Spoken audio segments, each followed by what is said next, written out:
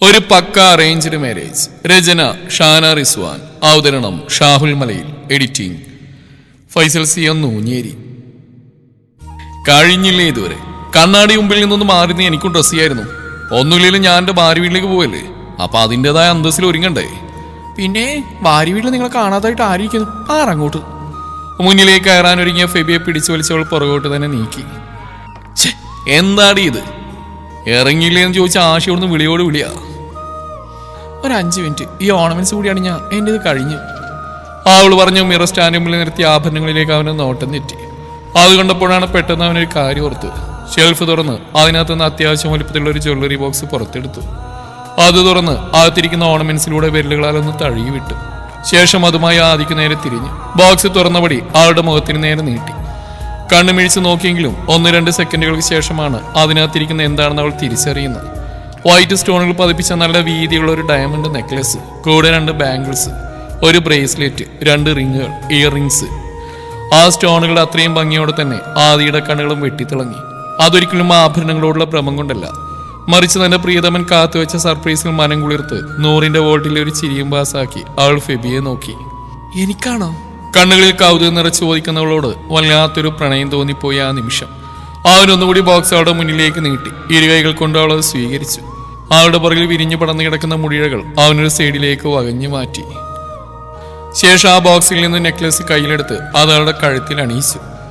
കണ്ണാടിയിൽ അതിന്റെ ഭംഗി ആസ്വദിച്ച് നിൽക്കുന്ന നേരം ഫെബിയുടെ ആദരങ്ങൾ അവളുടെ കവളിൽ അമർത്തിയൊന്ന് മുത്തി. ശേഷം അവളെ തിരിച്ച് തനിക്ക് അഭിമുഖമായി നിർത്തിച്ചു. ബാക്കിയുള്ള ആഭരണം കൂടി അവളുടെ ദേഹത്തിൽ അണിയിച്ചു കൊടുത്തു. എങ്ങനെയുണ്ട്? ഇഷ്ടമായ നിനക്ക്? സൂപ്പർ.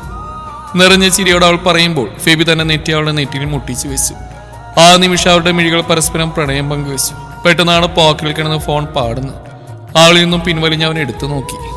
ആഷി, ഈ ചെറുക്കനെ കൊണ്ട് ഇത് മനുഷ്യനെ ഒന്ന് സ്വസ്ഥമായിട്ട് പ്രണയിക്കാനും സമ്മതിക്കില്ലേ? വേഗം നോക്കടി, ഇല്ലെങ്കിൽ അവനിപ്പോൾ ഇങ്ങോട്ട് കയറി വരും. അതും പറഞ്ഞ് ഫോൺ ഓഫ് ചെയ്തവൻ തിരികെ വെച്ചു.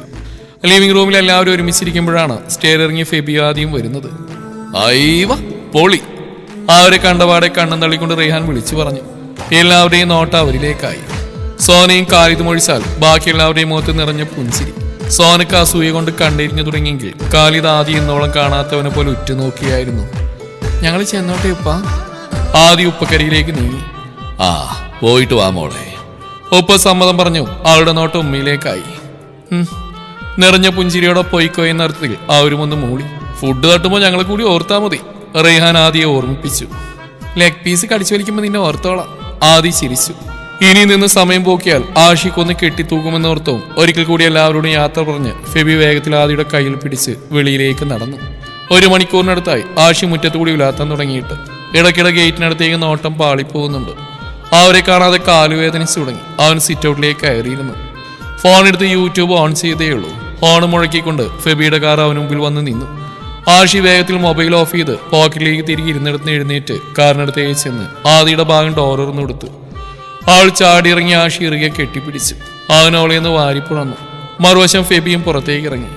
അപ്പോഴേക്കും ഷിയാബ് ഉമ്മയെ അങ്ങോട്ടേക്ക് എത്തിയിരുന്നു. ഉമ്മയെ കണ്ടതും ആഷിയെ വിട്ട് അവൾ ഒറ്റക്കുതിപ്പിന് ഉമ്മയ്ക്കരികിലെത്തി. ഇറുകെ കെട്ടിപ്പിടിച്ചവരുടെ കവളിൽ അമർത്തി ചുംബിച്ചു. ഉമ്മ, എനിക്ക് നിങ്ങളെ വല്ലാണ്ട് മിസ് ചെയ്തു. പ്രത്യേകിച്ച് തട്ടിന് മുട്ടിന് നിങ്ങളുടെ വായിൽ നിന്ന് വരുന്ന ചീത്ത. പോടി അവിടുന്ന്. വിളിച്ചാൽ പോലും മര്യാദക്ക് ഫോൺ എടുക്കില്ല അവൾ. എന്നിട്ട് പറയുന്ന കേട്ടില്ലേ? ഉമ്മ കെറിവിച്ചു. ആദ്യം അവരെ നോക്കി വിളിച്ച് കാണിച്ചു. അവരകത്തേക്ക് കയറിട്ട് ഉമ്മ, ബാക്കി എന്നിട്ട് ഷിയാബ് പറഞ്ഞു. എല്ലാവരും കൂടി അകത്തേക്ക് നടന്നു. അല്ല, ഇത്തയുടെ കണ്ടില്ലല്ലോ. അവള് റെസ്റ്റില്ല, തീരെ വയ്യ. 3-4 വട്ടം തുടരെ ഛർദ്ദിച്ചു. ഉമ്മ പറയുന്നതായിട്ട് സംശയത്തോടെയും അതിലുപരി ആകാംക്ഷയുടെ ആദി കണ്ണുമിഴിച്ചു. നോട്ടം ഷിയാബിലേക്ക് നീങ്ങിയതും സംഗതി അത് തന്നെയെന്ന് അവൻ എക്സ്പ്രഷൻ ഇട്ടു. ആദിക്ക് സന്തോഷം അടക്കാനായില്ല. അവൾ ഓടി സ്റ്റെപ്പ് കയറി. എന്തെങ്കിലും കുടിച്ചിട്ട് പോടി, ഷിയാബ് വിളിച്ചു പറഞ്ഞെങ്കിലും അവൾ അതിനൊന്നും ചെവി കൊടുത്തില്ല. ഒറ്റയോട്ടത്തിന് ഷിഫയുടെ അരികിലെത്തി. ഇത്താ ഇത്താ. ക്ഷീണം കൊണ്ട് കണ്ണുകൾ മാളിപ്പോയിരുന്നു. ആദിയുടെ ശബ്ദം കേട്ടാണ് അവൾ ഉണരുന്നത്. വന്നോ നീ? ചോദിച്ചുകൊണ്ട് അവൾ എഴുന്നേറ്റിരുന്നു. നിങ്ങളോട് മിണ്ടൂല ഞാൻ, എന്നാലും എന്നോട് പറഞ്ഞില്ലല്ലോ. ആദി പരിഭവത്തോടെ മുഖം വീർപ്പിച്ചു. അതിന് മാത്രമൊന്നും ആയില്ലടി. ഇന്നലെ രാത്രിയാ വയ്യാകാരനെ ഹോസ്പിറ്റലിൽ പോയത്. അപ്പോഴാ അറിയുന്നു. പിന്നെ ഷിയാബ്ക്കിയാ പറഞ്ഞ് നിന്നോട് നേരിൽ പറയാന്ന്. അല്ലെങ്കിൽ അന്തിപ്പാതിരിക്ക് തന്നെ ക്ഷമയില്ലാതെ ഓടിപ്പിടിച്ച് വരില്ലേ നീ? ആ, അതൊക്കെ വരും. അപ്പോഴേക്കും ഫെബിയും ഷിയാബ് റൂമിലേക്ക് എത്തി. ഷിയാബിന്റെ കയ്യിൽ 2 ഗ്ലാസ് ജ്യൂസ് ഇരിക്കുന്നുണ്ട്. ആദ്യം അന്തം വിട്ടു. ജീവിതത്തിൽ ആദ്യമായിട്ടാണ് ഇങ്ങനെ ഒരു കാഴ്ച. പച്ചവെള്ളം പോലും സ്വന്തമായിട്ടെടുത്ത് കുടിക്കാറില്ല. ഡൈനിങ്ങിലെ സെറ്റിൽ നിന്ന് അടുക്കള നോക്കി നീട്ടിയൊരു വിളിയാണ്. ഉമ്മ വെള്ളം, ഉമ്മ ചായ, ഉമ്മ ജ്യൂസ്. അതും പോരാണ്ട് കുടിച്ച ഗ്ലാസ് കൊണ്ടുവെക്കാൻ വേറെ ആൾ പോകണം. അങ്ങനത്തെ ശ്യാമിക്കാണ് ഇപ്പൊ ജ്യൂസുമായിട്ട് വരുന്നത്. നോക്കേണ്ടതാ ഉണ്ണി, ഇത് ഞാൻ തന്നെയാ. ആളുടെ നോട്ടത്തിന്റെ അർത്ഥം മനസ്സിലായതും അവിഞ്ഞളിയോടെ പറഞ്ഞുകൊണ്ടവൻ ഷിഫയുടെ അരികിലേക്ക് ഇരുന്നു. ഒരു ജ്യൂസ് ആദിക്ക് നൽകി വീണ്ടും ഷിഫക്ക് നേരെ തിരിഞ്ഞു. മൂക്ക് പൊത്തി പിടിച്ചവൾ വേണ്ടെന്ന് തലയാട്ടി. ശ്യാബ് കണ്ണുരുട്ടി. വേണ്ടെന്നോ? അതിന് നീ എന്തെന്ന് കഴിച്ച്? ഒരു തുള്ളി വെള്ളം പോലും ശരീരത്തിലില്ല, എല്ലാം ഛർദ്ദിച്ചു പോയി. ഇതും കൂടെ കുടിച്ചില്ലെങ്കിൽ പാടെ തളർന്നു പോകും. ദാ എനിക്ക് വേണ്ടിയെങ്കിലും പ്ലീസ് പറഞ്ഞുകൊണ്ട് അവൻ ആളുടെ ചുണ്ടിലേക്ക് ഗ്ലാസ് ചേർത്ത് വെച്ചു. ഷിഫക്ക് നിരസിക്കാൻ കഴിഞ്ഞില്ല. ഒട്ടും മനസ്സില്ലെങ്കിലും ഷിയാബിന് വേണ്ടി അതിൽ നിന്നൊരു സിപ്പ് വലിച്ചെടുത്തു. പൊന്നു മോനെ ഫെബി, ഇപ്പോഴൊന്നും ഒരു കുഞ്ഞിനെ ആഗ്രഹിക്കില്ലടാ. ഇവളുമാരെ അവസരം മുതലെടുക്കും.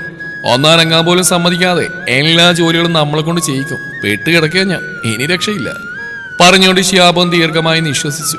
ഒരു വേള ആദിയുടെയും ഫെബിയുടെയും മിഴികൾ തമ്മിൽ കോർത്തു. ഇരുവരുടെയും അധരങ്ങളിൽ നേർത്ത പുഞ്ചിരി തെളിഞ്ഞു. എന്നാലും എൻ്റെ ഷിയാബ്ക്ക, നിങ്ങൾ കല്യാണം കഴിക്കുന്ന പെണ്ണിൻ്റെ അവസാനമായിരിക്കുന്ന കുറച്ച് ആളുകൾക്ക് മുമ്പ് വരെ ഞാൻ വിചാരിച്ചിരുന്നു.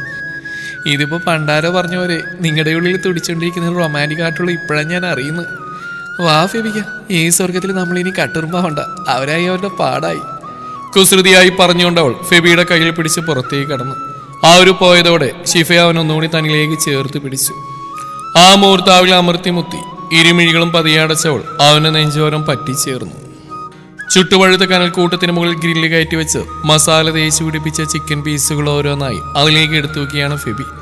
ബാക്കി ഓരോരുത്തരും അവന്റെ ഇരുവശങ്ങളായി നോക്കിയിരിപ്പുണ്ട്. സ്മെല്ല് പിടിക്കാത്ത കാരണം ഷിഫ മൂക്കും വരിഞ്ഞേട്ടി അല്പം മാറി നിൽക്കുന്നു. സമയം മുന്നോട്ട് നീങ്ങി. ചിക്കൻ വെന്തു തുടങ്ങിയോടൊപ്പം കാറ്റിൽ ചെറുഗന്ധവും എല്ലാവരുടെയും നാസികയിലേക്ക് പരന്നൊഴുകി. അപ്പോഴാണ് ഫ്രണ്ടിൽ ആരോ കോളിംഗ് ബെൽ അടിക്കുന്ന ശബ്ദം കേൾക്കുന്നത്. ചെന്നോക്കടാ.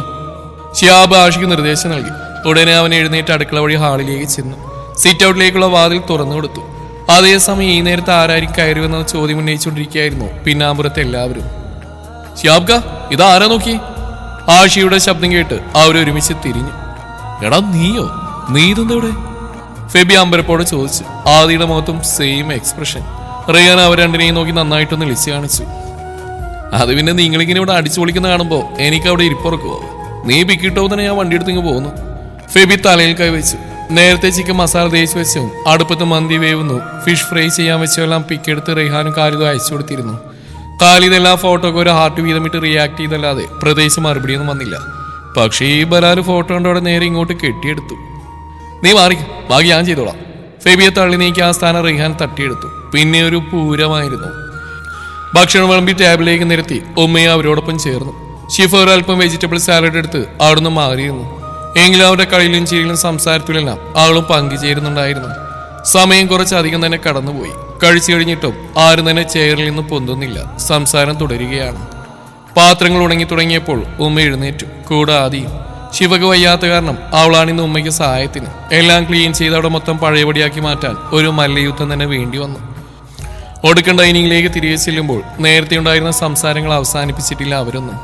ആദിയും ഉമ്മയും വീണ്ടും അവരോടൊപ്പം ഇരുന്നു. പോരാത്തിന് ഒത്തിരി ലേറ്റായത് കാരണം ഇന്നും മടങ്ങിപ്പോകേണ്ടെന്നൊരു തീർപ്പും പറഞ്ഞ് റെയ്ഹാനെ പിടിച്ചു വെച്ചിരിക്കുകയാണ് ആഷി.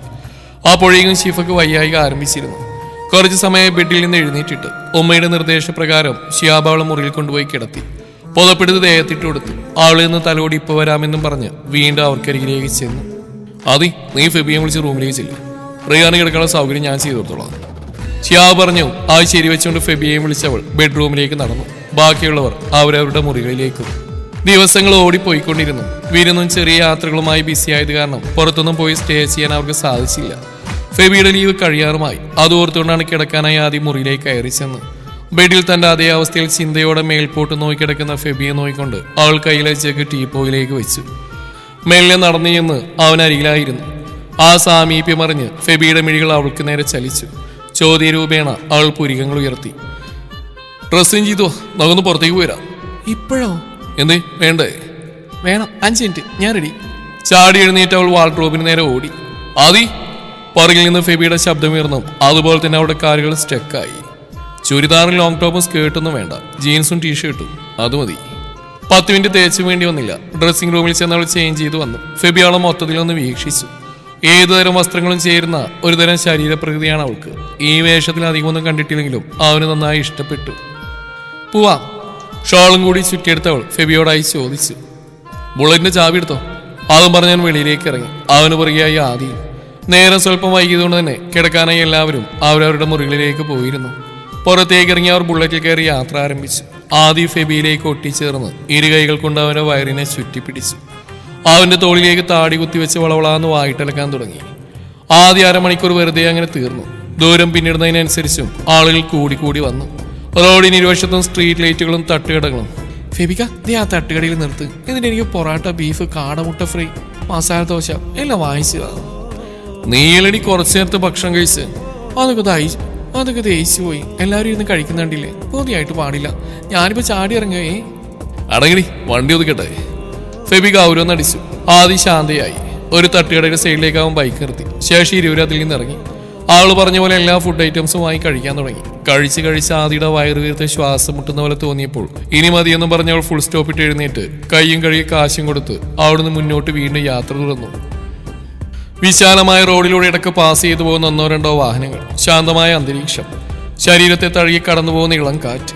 ആ യാത്രയിൽ ഇരുവരുടെയും മനസ്സിന് വല്ലാത്തൊരു കുളിർമ അനുഭവപ്പെട്ടു. കണ്ണുകൾ പതിയെ ചിമ്മി അവളവന്റെ ചുമലിലേക്ക് തല ചായ്ച്ചു വെച്ചു. കൈകൾ വയറിന് മുകളിലൂടെ സ്ഥാനം പിടിച്ചു. ഏറെ നേരം ഇരുവരിലും മൗനം തളം കെട്ടിക്കിടന്നെങ്കിലും കടന്നുപോകുന്ന ഓരോ സെക്കൻഡുകൾ അവർ നന്നായി ആസ്വദിക്കുകയായിരുന്നു. ഏകദേശം 1 മണിക്കൂറിന് ശേഷം ഫെബിയുടെ ബുള്ളറ്റ് ഒരിടത്ത് നിന്ന് സ്റ്റോപ്പായി. ഇടയ്ക്കെപ്പോഴോ മയങ്ങിപ്പോയിരുന്നെങ്കിലും വണ്ടി ഓഫായത് മനസ്സിലായി. ആദ്യമേലെ തലയുയർത്തി നോക്കി. അവൾക്കൊന്നും പിടികിട്ടിയില്ല. നമ്മളിത് എവിടെയാ ഫെബിക്ക?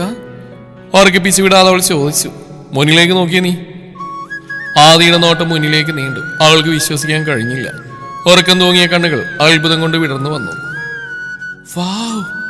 ആൾ വണ്ടിയിൽ നിന്നും ചാടിയിറങ്ങി മുന്നോട്ട് കുതിച്ചു. വണ്ടിയിൽ നിന്നിറങ്ങി ഫെബിയും ആദിക്ക് പുറകെ നടന്നു.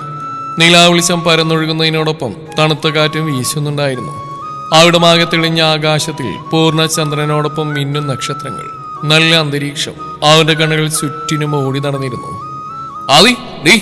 കാറ്റ് തഴിച്ചു വിട്ട പട്ടം പോലെ ഒഴുകി നടക്കുന്നവളെ ഒരു തവണ അവൻ പുറകിൽ നിന്ന് വിളിച്ചെങ്കിലും അതൊന്നും അറിയുക പോലും ചെയ്യാതെ അവളങ്ങനെ പാറി പറന്നു.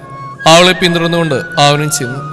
ഒരുണ്ട ചെറിയ കല്ലിൻകൂട്ടുകൾ നിറഞ്ഞ പുഴവക്കിൽ അവിടെ കാലുകൾ നിശ്ചലമായി. ഒപ്പം അവന്റെയും. നേരിയ വെളിച്ചത്തിൽ വെള്ളം ഒഴുകി നന്നായി കാണുന്നുണ്ട്. ചീവീടിന്റെ ശബ്ദമല്ല മറ്റൊന്നും അവിടെ ഉയർന്നു കേൾക്കുന്നില്ല. വെള്ളത്തിലേക്ക് കണ്ണു നട്ടു നിൽക്കുന്നവരുടെ പുറകിലൂടെ ചെന്നവൻ വട്ടം പിടിച്ചു.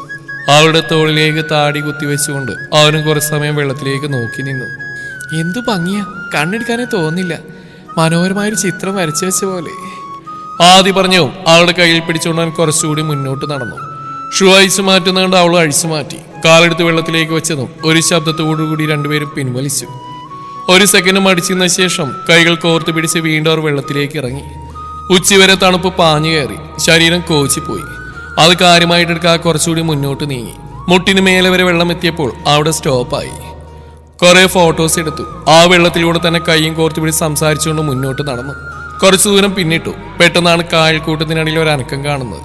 ഒന്നുകൂടി സൂക്ഷിച്ചു നോക്കിയവർ ആ കാഴ്ച കണ്ട് ഞെട്ടി. ആന! ആദിയുടെ കണ്ണുകൾ ഭയത്തോടെ വികസിച്ചു വന്നു. അവൾ നിന്ന് കാറുന്നതിന് മുന്നേ അവനവിടെ വായ പൊത്തി പിടിച്ചു. ശേഷം അവളെയും പൊക്കിയെടുത്തുകൊണ്ട് പാറക്കൂട്ടത്തിന് പിന്നിലേക്ക് മാറി. ഭയം കാരണം ആദിയുടെ ഹൃദയമിടിപ്പ് ക്രമാതീതമായി വർദ്ധിച്ചു. കണ്ണുകൾ ഇറുക്കി അടച്ചവൾ ഫെബിയുടെ നെഞ്ചിലേക്ക് ഒട്ടിച്ചേർന്നു. ഇരുകൈകൾ കൊണ്ടും ചുറ്റിപ്പിടിച്ചവൻ അവൾക്ക് സംരക്ഷണ വലയം തീർത്തു. ആന നടന്നു വന്ന് അവരുടെ തൊട്ടരികിലെത്തി. ഫെബി ആദിയും കൊണ്ട് ഒന്നുകൂടി പാറക്കൂട്ടത്തിന് പിറകിലേക്ക് നീങ്ങി. ശ്വാസം മടക്കി പിടിച്ച ഏതാനും നിമിഷങ്ങൾ മെല്ലെ ചുവടുകൾ വെച്ച് ആന അവരെ കടന്നുപോയി. ഫെബിയുടെ ശ്വാസം നേരെ വീണു. അവന്റെ ശ്രദ്ധ ആദിയിലേക്കായി. ചെവികൾ പൊത്തിപ്പിടിച്ച് തന്റെ നെഞ്ചോരം ചേർന്ന് നിൽക്കുന്നവൾ അവനവളുടെ മൂർത്താവിൽ ചുണ്ടെന്നമർത്തി. പോയോ?